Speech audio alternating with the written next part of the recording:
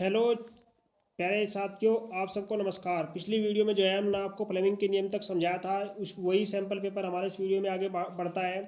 प्राकृतिक संसाधन से आप क्या समझते हैं, प्रश्न दिया हुआ है। मानव समाज को होने वाले इसके लाभ के संक्षिप्त उदाहरण से समझाइए। प्राकृतिक संपदा का उदाहरण देखिए। क्या होती है प्राकृतिक संपदा? जो प्रकृति द्वारा दी गई है। प्रकृति संपदा के अंतर्गत आने वाली वस्तु को प्राकृतिक संपदा कहते हैं। अजैविक पदार्थ भी कहते हैं। मनुष्य प्रत्यक्ष और परोक्ष रूप से प्राकृतिक संपदा को क्षति पहुंचाता है, इसे प्रभावित करता है। अब इसके निम्नलिखित उपाय देखो। नंबर 1 है भूमि संरक्षण। भूमि संरक्षण पेड़ पौधे जीवन के लिए अति आवश्यक हैं। किसी स्थान पर पाई जाने वाली वनस्पतियां उस स्थान की भूमि की संरचना पर निर्भर करती है। भूमि की उपजाऊ क्षमता को बनाए रखना भूमि संरक्षण कहलाता है। इसके निम्नलिखित उपाय हैं। नंबर 1, भूमि में खनिज लवणों की उचित मात्रा को बनाए रखने के लिए उर्वरक, कंपोस्ट खाद, ह्यूमस आदि का प्रयोग करते हैं। फसल चक्र अपनाना चाहिए। मृदा प्रदूषण को रोकने के लिए सीढ़ीनुमा खेत, कंटूर खेती आदि का प्रयोग करना चाहिए। वृक्षारोपण अधिक लगाने चाहिए। सघन फसल उगाकर मृदा प्रदूषण को रोका जा सकता है। गहरी जुताई करनी चाहिए। नेक्स्ट दिया हुआ है जल संरक्षण।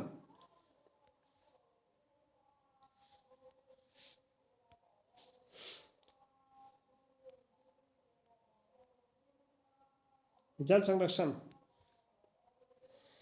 जल जीवन के लिए आवश्यक है, अजैविक घटक है। पृथ्वी पर शुद्ध जल की मात्रा 0.52%,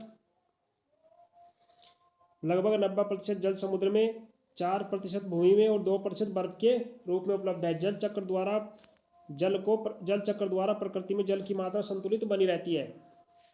जल संरक्षण के लिए हमें क्या उपाय करने चाहिए? नंबर 1, वृक्षारोपण करने से सूखा बाढ़ को उत्पन्न स्थिति नहीं होती है, इसलिए वृक्षारोपण अधिक करना चाहिए।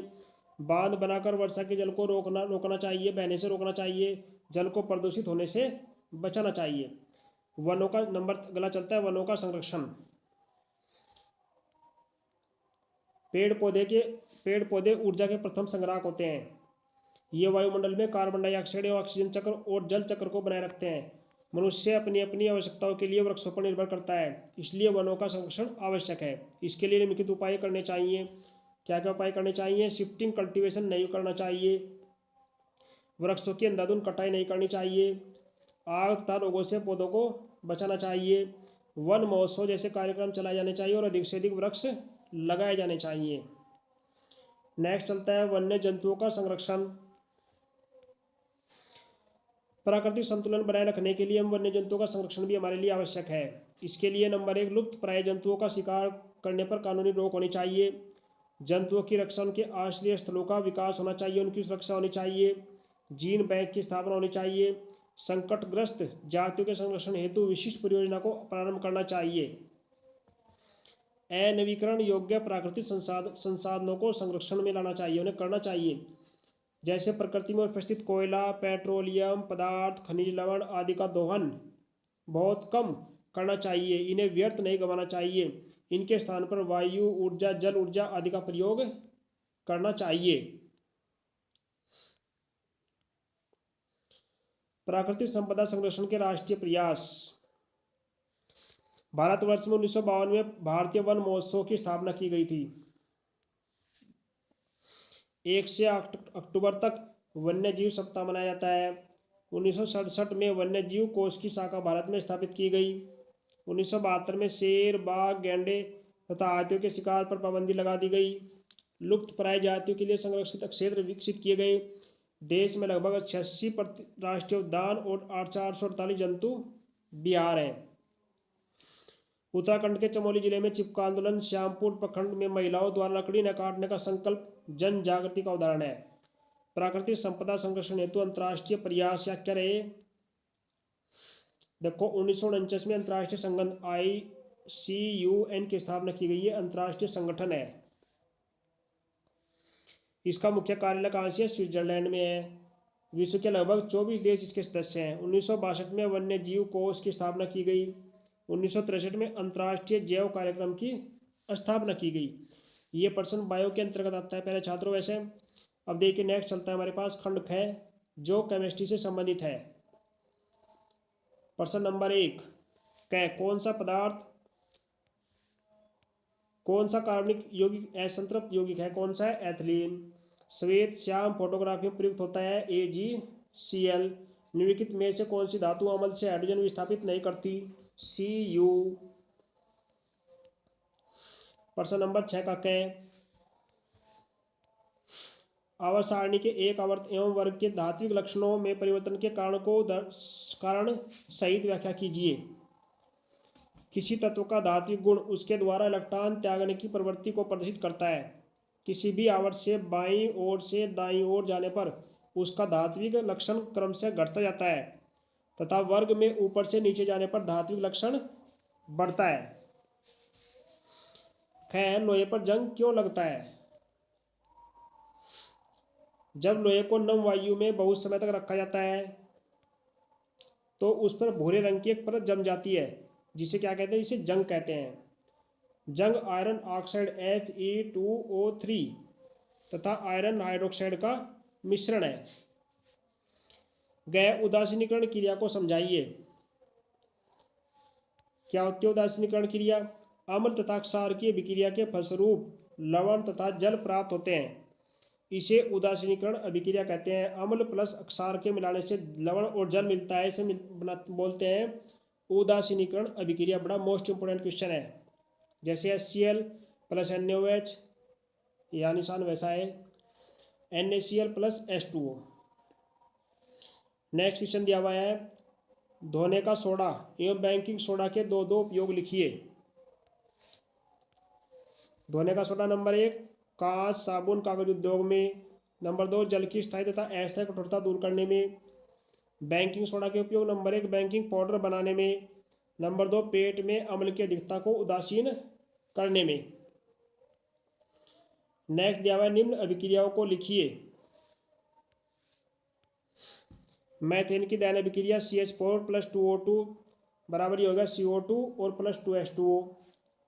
एथिलीन की योगात्मक अभिक्रिया CH2 प्लस H2 N9 निकल की उपस्थिति में 300 डिग्री सेंटीग्रेड पर होगा CH3 CH2 प्लस Cl2 बराबर ये हो गया आपके पास CH2Cl और CH2Cl।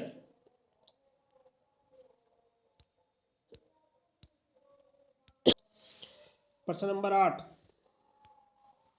प्लास्टर ऑफ पेरिस बनाने की एक विधि का रासायनिक समीकरण लिखिए। देखो, प्लास्टर ऑफ पेरिस का सूत्र है CaSO4 की घात 2 × H2O को ईंधन में कार्बनिक पदार्थों की अनुपस्थिति में सावधानी पूर्वक 150 से 160 डिग्री सेल्सियस पर गर्म करके बनाया जाता है। ये हो गया जिप्सम 2CaSO4 × 2H2O। 150 160 बन गया CaSO4 की 2H2O। ये हो गया आपके पास प्लास्टर ऑफ पेरिस का सूत्र प्लस 3H2O। गुण क्या क्या इसके? यह सफ़ेद रंग का जल में अल्प विलेय पदार्थ है जो जल के साथ क्रिया करके पुनः जिप्सम में परिवर्तित हो जाता है। अब देखिए इसके उपयोग क्या क्या है। नंबर 1, यह हड्डियों को जोड़ने में काम आता है। मूर्ति, खिलौने, चाक आदि को बनाने में काम आता है। घरों में सजावट की डिजाइन बनाने में काम आता है। ढालने के सांचे बनाने में काम आता है। नेक्स्ट प्रश्न दिया हुआ है, विरंजक चूर्ण के दो उपयोग लिखिए। बड़ा मोस्ट इंपोर्टेंट प्रश्न है।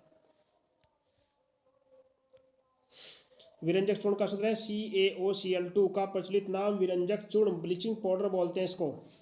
बुझावा चूना CaOH2 क्लोरीन के साथ क्रिया करके विरंजक चूर्ण बनाता है। ये इसकी क्रिया है CaOCH2, ये इसकी रासायनिक अभिक्रिया है। ये बुझावा चूना है प्लस Cl2 के साथ क्रिया करके ये बनता है CaOCl2 ब्लीचिंग पाउडर और प्लस H2 निकलती है। विरंजक चूर्ण CaOCl2 के उपयोग नंबर 1 पीने के लिए जल को रोगाणु मुक्त करने में। नंबर 2 रासायनिक उद्योगों में उपचायक के रूप में। नेक्स्ट हमारे पास है रासायनिक समीकरण दीजिए। क्या होता है? क्या होता है? देखो क्या होता है जब केवल रासायनिक समीकरण दीजिए। ये रासायनिक समीकरण आपने याद करनी है। एथेनॉल को सांसल्फ्यूरिक अम्ल के साथ क्रिया करते हैं तो ये बनता है H2O।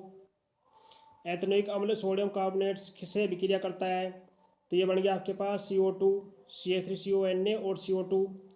तीसरा, एस्टिक अम्ल सोडियम कार्बोनेट से विक्रिया करता है तो ये बन गया आपके पास CO2 कार्बन डाइऑक्साइड।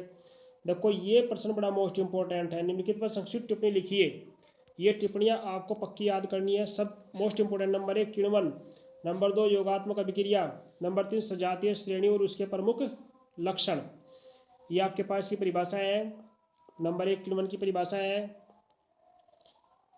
जिसका महत्व कहाँ है, देखो इस परिभाषा को आप ध्यान से देख लेना और याद कर लेना। दूध से दही का जमना, गन्ने के रस से सिरका बनना किण्वन के मुख्य उदाहरण है। ये दो महत्वपूर्ण इसके उदाहरण है। दूसरी परिभाषा है योगात्मक अभिक्रिया। वे रासायनिक अभिक्रिया जिसमें कार्बनिक यौगों में से अभिकर्मक का योग होने पर यौगिक की संतृप्तता कम हो जाती है तथा संतृप्त यौगिक में परिवर्तित हो जाता है। एथिलीन को क्लोरीन से अभिक्रिया करके योगात्मक अभिक्रिया का उदाहरण दिया हुआ है, आप इसे पक्का याद कर लें। ये आपके सामने है। और गै जो है आपके पास सजातीय श्रेणी का टॉपिक है। सजातीय श्रेणी समान क्रियात्मक समूह वाले यौगिकों को जब उसके बढ़ते या घटते क्रम में रखा जाता है तो प्राप्त श्रेणी को सजातीय श्रेणी कहते हैं। संतृप्त यौगिकों की सजातीय श्रेणी आपके पास सूत्र है CnH2n+2।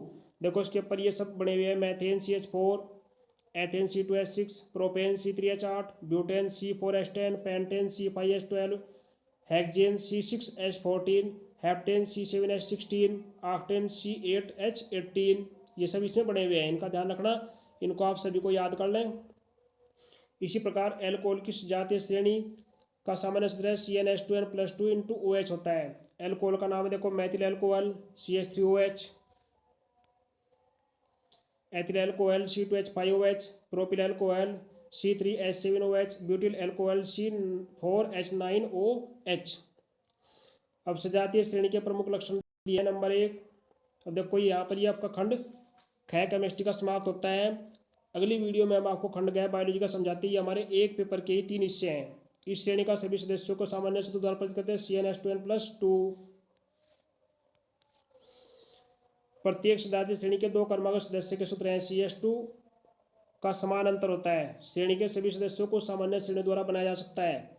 श्रेणी के यौगिक के अनुसार अणुभार बढ़ने के साथ भौतिक गुणों में क्रमिक परिवर्तन होता है।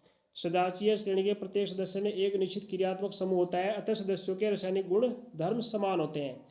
तो यहाँ से जो है हमारा ये खंड पूरा होता है। नेक्स्ट वीडियो में हमारा चलता है खंड ग।